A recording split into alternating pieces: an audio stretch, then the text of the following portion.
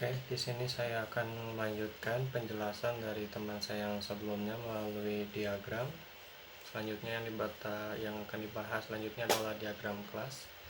Nah, dalam diagram kelas ini kita punya entity customer yang berelasi dengan keranjang, dengan pesanan, dan kita punya entity product yang dia berelasi dengan kategori. Kita punya entity admin yang berelasi dengan sebuah produk. Nah, dalam sebuah entity customer ini kita punya atribut username, password, address, phone number, email dengan method input, delete, dan update.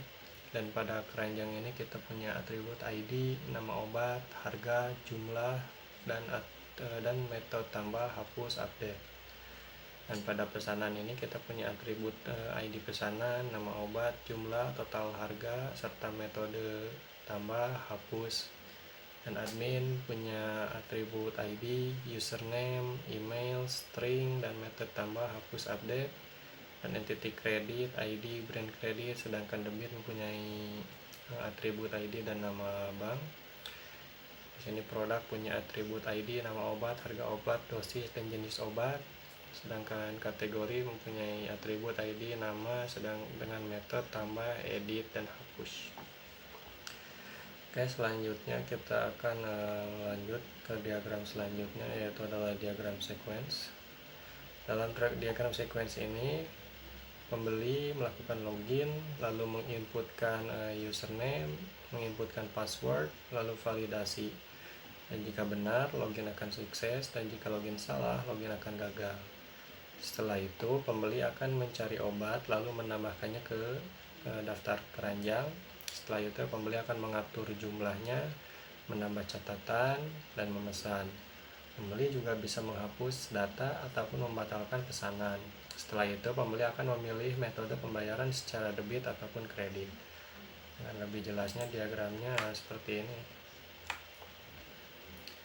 di mana pembeli akan membuka menu login, lalu akan menginputkan username, lalu dari username tersebut akan mengambil ke database, lalu database akan mengembalikan username tersebut, lalu menginputkan password, dan database pun akan melakukan hal yang sama, lalu akan memvalidasi, dan bila login sukses maka akan dialihkan ke menu produk, sedangkan kalau gagal maka akan kembali ke menu login.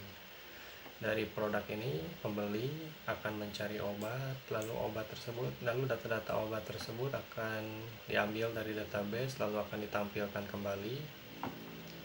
Lalu bila user ingin membeli, user akan menambahkan ke keranjang. Dari keranjang tersebut, dari metode tambah keranjang tersebut akan menambah ke entity tambah keranjang di database, lalu pembeli bisa mengatur jumlahnya, menambah catatannya, dan ketika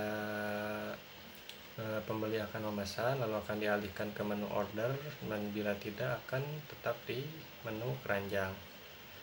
Di menu order, ketika user akan menambah pesanan, lalu data pesanan tersebut akan direcord di dalam database, lalu dikembalikan kepada user.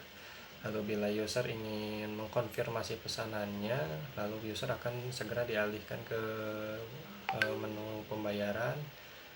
Jika tidak, maka user bisa membatalkan pesanan. Di menu pembayaran ini, user bisa memilih berbagai macam metode pembayaran, bisa debit, kredit, ataupun cash on delivery.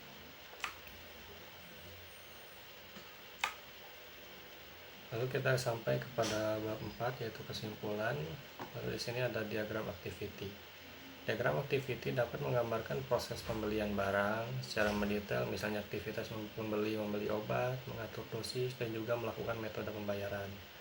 Lalu pada diagram sequence dapat menggambarkan interaksi antara pembeli dengan sistem kasirnya untuk proses transaksi jual beli di apotek, misalnya pembeli meminta info harga ke produk, lalu sistem akan menyimpan data pembelian, pembeli melakukan pembayaran dengan debit, cash, ataupun kredit.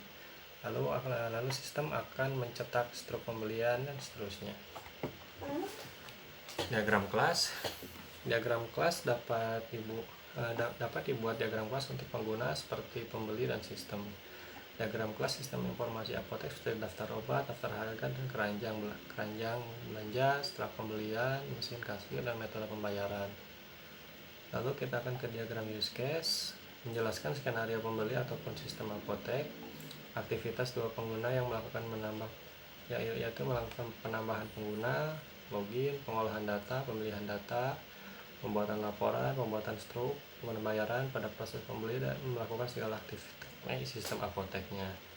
Lalu di sini sebagai referensi kami dalam mengerjakan tugas kami, di sini ada daftar pustakanya, silakan dikunjungi. Oke, sekian, terima kasih. Assalamualaikum warahmatullahi wabarakatuh.